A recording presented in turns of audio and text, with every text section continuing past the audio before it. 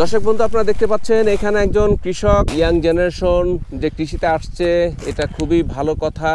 এই কৃষির হাল যতদিন পর্যন্ত ইয়াং জেনারেশনে না ধরবে ততদিন আমাদের কৃষক এবং কৃষির চিত্র পরিবর্তন হবে না। এটা খুবই ভালো কথা যে বর্তমানে অনেক ইয়াং জেনারেশন পড়াশোনা শেষ করে বিদেশ থেকে এসে তারা কৃষিকাজে মনোনিবেশ করছে এবং তারা খুবই ভালো করতেছে। এখানে দেখেন আমার এক ভাই তরুণ উদ্যোক্তা, তরুণ কৃষক, সে জমিতে জৈব সার ব্যবহার করতেছে। তার সাথে আমরা কথা বলে জেনে নিব তার কৃষি জীবন সম্পর্কে, তার এই জৈব সার জমিতে প্রয়োগের বিষয়, পরিমাণ, এর লাভ ক্ষতি সব কিছু নিয়ে কথা বলবো। আশা করি আপনারা সম্পূর্ণ ভিডিও জুড়ে আমার সাথে থাকবেন। আমি আছি আবুল হোসেন, কৃষি ও কৃষক ইউটিউব চ্যানেলের পক্ষ থেকে আপনাদের আবার স্বাগতম জানিয়ে শুরু করছি আজকের কৃষি বিষয়ক প্রতিবেদন। আসসালামু আলাইকুম যুবক কৃষক ভাই, আপনাকে অনেক অনেক স্বাগতম। অন্তরের অন্তরস্থল থেকে আপনাকে ধন্যবাদ, সাধুবাদ যে আমাদের দেশে বর্তমানে আপনি চাকরির আশায় না খুঁজে বা চাকরির আশায় না থেকে নিজেই জমিতে আজকে দেখতে পাচ্ছি আপনি মাটির সাথে, জমির সাথে মিশে একাকার হয়ে গেছেন। তো আপনি এখন কি কাজ করতেছেন? আমি এখন জমিতে মুসুরি বুনাবো, মানে এখন আমাদের যে সিজন মুসুরি বুনাবো। তো মুসুরি বোনানোর আগে যে জমি তৈরি করা বা জমিতে সার প্রয়োগ, তো আজকে জমিতে সার প্রয়োগ করব। আচ্ছা, কতটুক জমিতে কি পরিমাণ সার, জৈব সার বা রাসায়নিক সার আপনি প্রয়োগ করতেছেন, এটা যদি আমাদের কৃষক ভাই বন্ধুদের জানাতেন।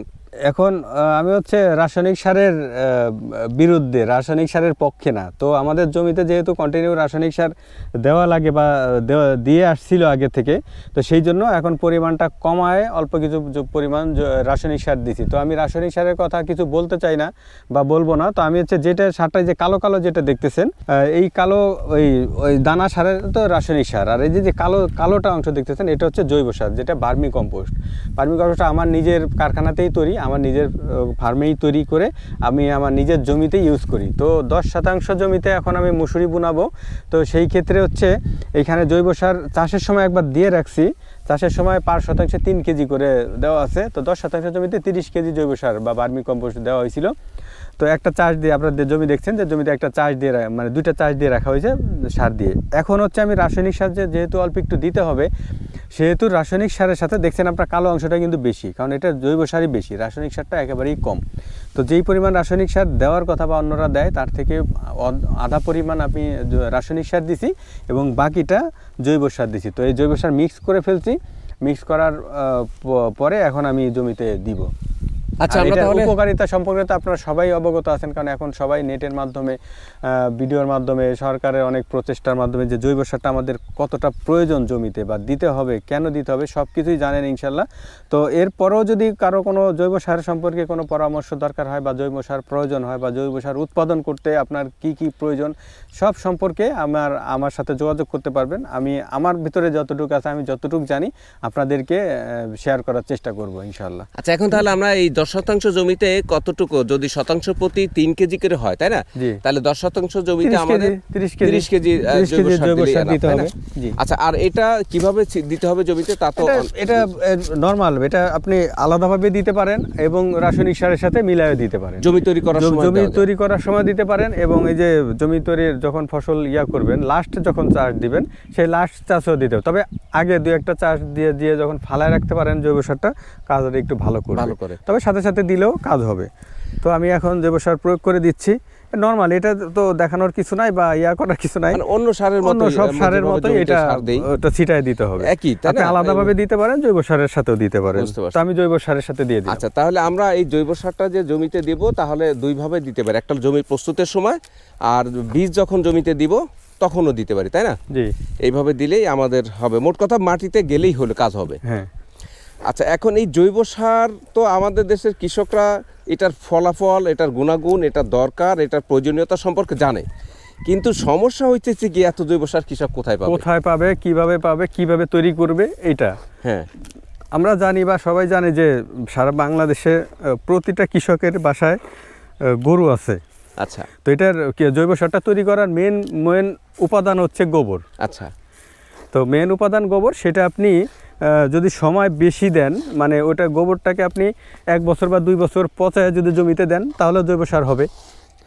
কিন্তু আমাদের হাতে তো সময় খুবই কম, আমরা এখন ওইভাবে তৈরি করতে পারি না বা চাই না। আমাদের এখন দরকার হচ্ছে রেডি জৈব সার। কিন্তু আমার জমি চাষ এখন দিব, 1 বছর দেরি করে দিলে তো আমার হবে না, আমার তো এখন সার দিতে হবে। এখন যখন প্রয়োজন তখন দেওয়ার জন্য অনেক কোম্পানি, বিভিন্ন কোম্পানি হচ্ছে অলরেডি জৈব সার তৈরি করতেছে, এবং কোম্পানির পাশাপাশি আমাদের মতো যারা ছোট খামারি তারাও অনেকে কেঁচো দিয়ে জৈব সার তৈরি করতেছে। কোম্পানিগুলো অবশ্য কেঁচো দিয়ে করে না, কোম্পানিগুলো রাসায়নিক পদার্থ যেমন ট্রাইকোডার্মা দিয়ে করে, ডার্মা দিয়ে করা হয় বা অন্যান্য উপাদান দিয়ে করা হয়। কিন্তু আমাদের মতো ছোট খামারি বা যে কেউ এই ভার্মি কম্পোস্টটা যে কেউ উৎপাদন করতে পারে। এটা কোনো কোম্পানি দরকার নাই, বড় কোনো ইনভেস্ট দরকার নাই, অল্প একটু ইনভেস্টেই অল্প খরচে এবং অল্প কষ্টে সহজভাবেই ভার্মি কম্পোস্ট তৈরি করতে পারবে যে কেউ। আচ্ছা, তাহলে তো ভালোই হয়। কৃষক যদি তার নিজের জৈব সার নিজেই উৎপাদন করে নিতে পারে, তাহলে তাকে টাকা খরচ করতে হলো না, অন্যের কাছে যাইতে হলো না, সময় অসময়ের বিষয় আছে। তা আপনি আমাদেরকে এই ভিডিওর মাধ্যমে আপনি কাজ করতে করতে, আপনার সময় নিব না, আমি নষ্ট করব না, কাজ করতে করতে জাস্ট আমাদের কৃষক ভাইদেরকে বলে দেন যাদের বাড়িতে 2টা 1টা গরু আছে, তারা কি করে কেঁচো দিয়ে জৈব সার তৈরি করতে পারে এবং এই কেঁচোটা কোথায় পাবে, কিভাবে পাবে এবং দাম কেমন, এটা যদি একটু বলে দিতেন, কেউ যদি পদ্ধতিটা বলে দিতেন। কেউ যদি পার্সোনালভাবে তৈরি করে, তার নিজের জমির জন্য তৈরি করতে চায়, তাহলে ক্যারেট পদ্ধতিতে করা এটাই হচ্ছে বেটার। এবং আপনি অল্প খরচের মধ্যে 10টা ক্যারেট নেবেন বা 5টা ক্যারেট নেবেন। এবং ক্যারেট বলতে কিসের ক্যারেট? ক্যারেট হচ্ছে ফলের যে ক্যারেটগুলো আছে সেগুলোতে, অথবা মাটির চারিতে নিতে পারেন। তারপর হচ্ছে যে আমাদের যে এই সিলাপগুলো আছে, টয়লেটের সিলাপ, তো সেইগুলো তো নিতে পারেন। অনেকে আপনার বেড পদ্ধতিতে করতে পারে। তো সব থেকে সহজ হয় হচ্ছে আপনার ক্যারেট পদ্ধতিতে। আচ্ছা, তো ক্যারেট পদ্ধতির ভিডিও আমার আরও আগে ভিডিও আছে, সেই ভিডিওগুলো দেখবেন, অথবা আমার সাথে যোগাযোগ করবেন যদি কারোর দরকার হয়। আচ্ছা, একজন কৃষক যদি ক্যারেট পদ্ধতিতে সে জৈব সার উৎপাদনের আজকেই সে পদক্ষেপ নিল, উদ্যোগ নিল, তাহলে তার কত টাকা খরচ করে বা কিভাবে অল্প খরচে কিভাবে সে শুরু করতে পারে? কেঁচো সার তৈরি বা ভার্মি কম্পোস্ট তৈরি করতে মাত্র তিনটা জিনিস লাগবে। 3-4 জিনিসের মধ্যে একটা হচ্ছে গোবর, আরেকটা হচ্ছে ক্যারেট, আরেকটা হচ্ছে আপনার কেঁচো। আচ্ছা, কেঁচোটা হচ্ছে শ্রমিক, কেঁচোটা হচ্ছে মূল। কারণ গোবর আপনি যেভাবে পচাবেন ও সার হবে, সময়টা বেশি নেবে, 1 বছর 2 বছর সময় নেবে। যেভাবে গোবরটা আপনি পচান না কেন, যে কোনো পচনশীল যে কোনো পদার্থ দিয়ে আপনি জৈব সার তৈরি করতে পারবেন। কিন্তু যদি ইমিডিয়েটলি চান, 1 মাসের মধ্যে আপনি জৈব সার তৈরি করতে চান, তাহলে আপনার ভার্মি কম্পোস্ট মানে কেঁচো ইউজ করতে হবে। কেঁচোটা হচ্ছে শ্রমিক। তো এই কেঁচো, এই 3টা জিনিস লাগবে। একটা হচ্ছে ক্যারেট, একটা হচ্ছে গোবর, একটা হচ্ছে গোবর তার বাসায় আছে, ক্যারেটও ফলের দোকান থেকে নিল, কেঁচোটা কোথায় পাবে? এটা কি মাঠের কেঁচো নিয়ে খুঁজে নিয়ে দিলে হবে? না, মাঠের কেঁচো নিয়ে দিলে হবে না। এটা একটা ভালো উন্নত মানের বিদেশি কেঁচো।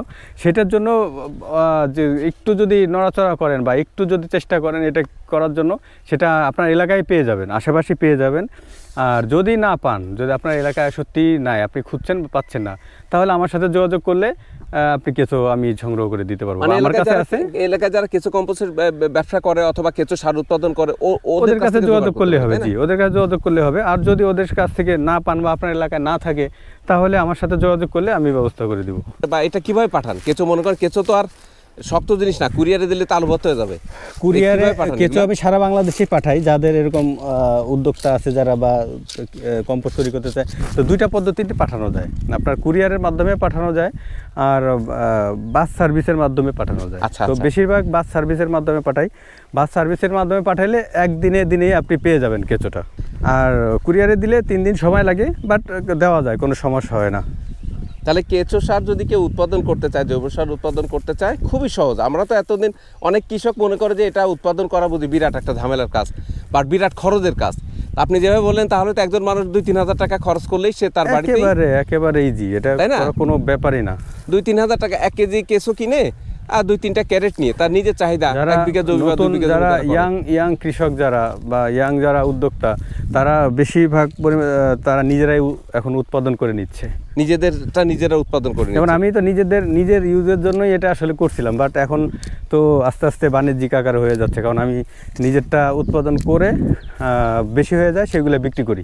দর্শক বন্ধু, আপনারা বর্তমানে যে কৃষি এবং কৃষকের যে চিত্র, এটা নতুন করে বলার কিছু নেই। আপনারা জানেন যে কৃষক বর্তমানে শুধুমাত্র পেটের দায়ে কৃষিকাজ করতে গিয়ে তাকে লস স্বীকার করেও তাকে কিন্তু কৃষিকাজ করতে হচ্ছে। বাট আমাদের এই অবস্থা থেকে যদি আমরা বের হয়ে না আসি, আমাদের কৃষকরা যদি বের হয়ে না আসেন, তাহলে একটা সময় কিন্তু উৎপাদন দারুণভাবে ব্যাহত হবে এবং এই উৎপাদনকে ঠিক রাখতে কৃষক যদি বেঁচে থাকে কৃষি বেঁচে থাকবে, আর কৃষি বেঁচে থাকলে আমরা বেঁচে থাকবো। এই থিওরিতে আমরা কৃষিকাজে যারা আপনার লাভ করতে পারতেছেন না, তাদের মূল কারণ হচ্ছে কৃষি অফিসারদের সাথে তাদের পরামর্শ, তারা মাটির গুণাগুণ বিচার না করেই জমিতে বছরের পর বছর একই সার ব্যবহার করে যাচ্ছে, একই জমিতে একই ফসল করে যাচ্ছে।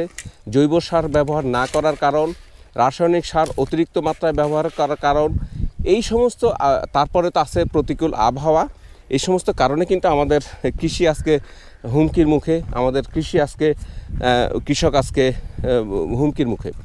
আপনারা কৃষিকাজ করে যদি আমরা লাভবান হতে চাই, তাহলে যেটা বোঝা গেল এই তরুণ কৃষকের মুখ থেকে যে কথাগুলি বেড়ে আসলে, সেটা হচ্ছে কৃষিকাজে আমাদের উন্নত করতে গেলে, লাভ করতে গেলে আমাদের জৈব সার নিজেরা উৎপাদন করতে হবে এবং জমিতে প্রচুর পরিমাণ জৈব সার ব্যবহার করতে হবে। দর্শক বন্ধু, আপনারা যাদের বাড়ি গরু আছে, যারা জৈব সার উৎপাদন করে নিজের জমিতে ব্যবহার করতে চান, ফসলের উৎপাদন খরচ যারা কমাতে চান, তারা যোগাযোগ করুন এই ভিডিওর নিচে দেওয়া নাম্বারে।